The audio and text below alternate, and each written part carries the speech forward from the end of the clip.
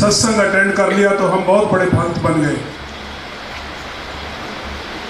मुझे कुछ दिन पहले श्री अनंतपुर के एक संत मिले। वो कहने लगे मेरे नाना जी श्री गुरु महाराज जी के समय में टेरी में संत थे। एक दफ़ा उन्होंने श्री गुरु महाराज जी के सामने एक शब्द कह दिया कि भक्ति बड़ी कठिन है। इतना कहना था कि श्री गुरु महाराज जी ने बैत उठा ली और उन्हें खूब मारा और कहने लगे मनुष्य जन्म प्राप्त करने के पश्चात जो तेरा मेन लक्ष्य है भक्ति को प्राप्त करना, और तू कहता है भक्ति बड़ी कठिन है, संसार के काम तेरे को आसान लगते हैं, भक्ति तेरे को कठिन लगती है।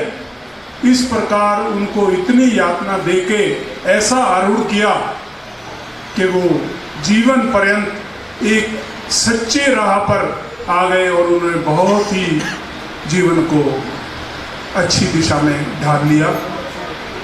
जहाँ तक भाई जी बता रहे थे कि श्री गुरु महाराज जी तो अंतर्यामी है।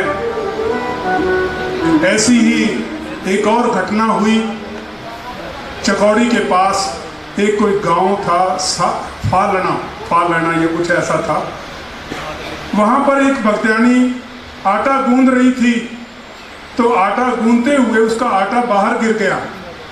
तो वो अपने पति से कहने लगी कि आज श्री गुरु महाराज जी आएंगे। तो कहने लगे कैसे आएंगे? कहते जी ऐसे ऐसे मेरी परात से आटा गिरा है तो श्री गुरु महाराज जी जरूर आएंगे। वो कहते नहीं, श्री गुरु महाराज जी इतनी गर्मी के महीने में तेरे पास आएंगे? तो उनकी शर्त लग गई कि 100 रुपए की शर्त लगा लो। वो कहती आएंगे, वो कहते नहीं आएंगे। ठीक दोपहर का समय था। श्री गुरु महाराज जी किसी कार्यवश जा रहे थे तो वहीं उनके घर पर पहुंच गए और सीधा ऊपर चले गए जहां पर कि वो भगत जी थे। कहने लगे भाई पहले तो वो शर्त वाले पैसे दे भक्त्यानी के, फिर बाद में बात होगी। तो इस प्रकार श्री गुरु महाराज जी ने उनकी भावनाएं पूरी कर दी। जो हम छोटे छोटे भाव भी लेते हैं तो किसी भाव से भी भगवान को बुलाते हैं तो आ जाते हैं। तो कहने लगे श्री गुरु महाराज जी अब हम चलते हैं। कहते जी भोग लगाओ। कहते जी क्या है आपके पास? वो कहने लगे कि परोठे कुछ पके हुए हैं। कहते नीचे स्कूल में ले आओ।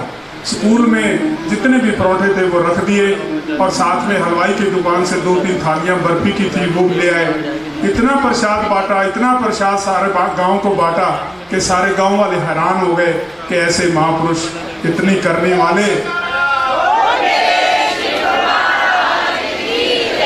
लीलाधारी को जानने के लिए आपको अपने आप को भी समर्पण करना होगा, तब जाके काम बनेगा।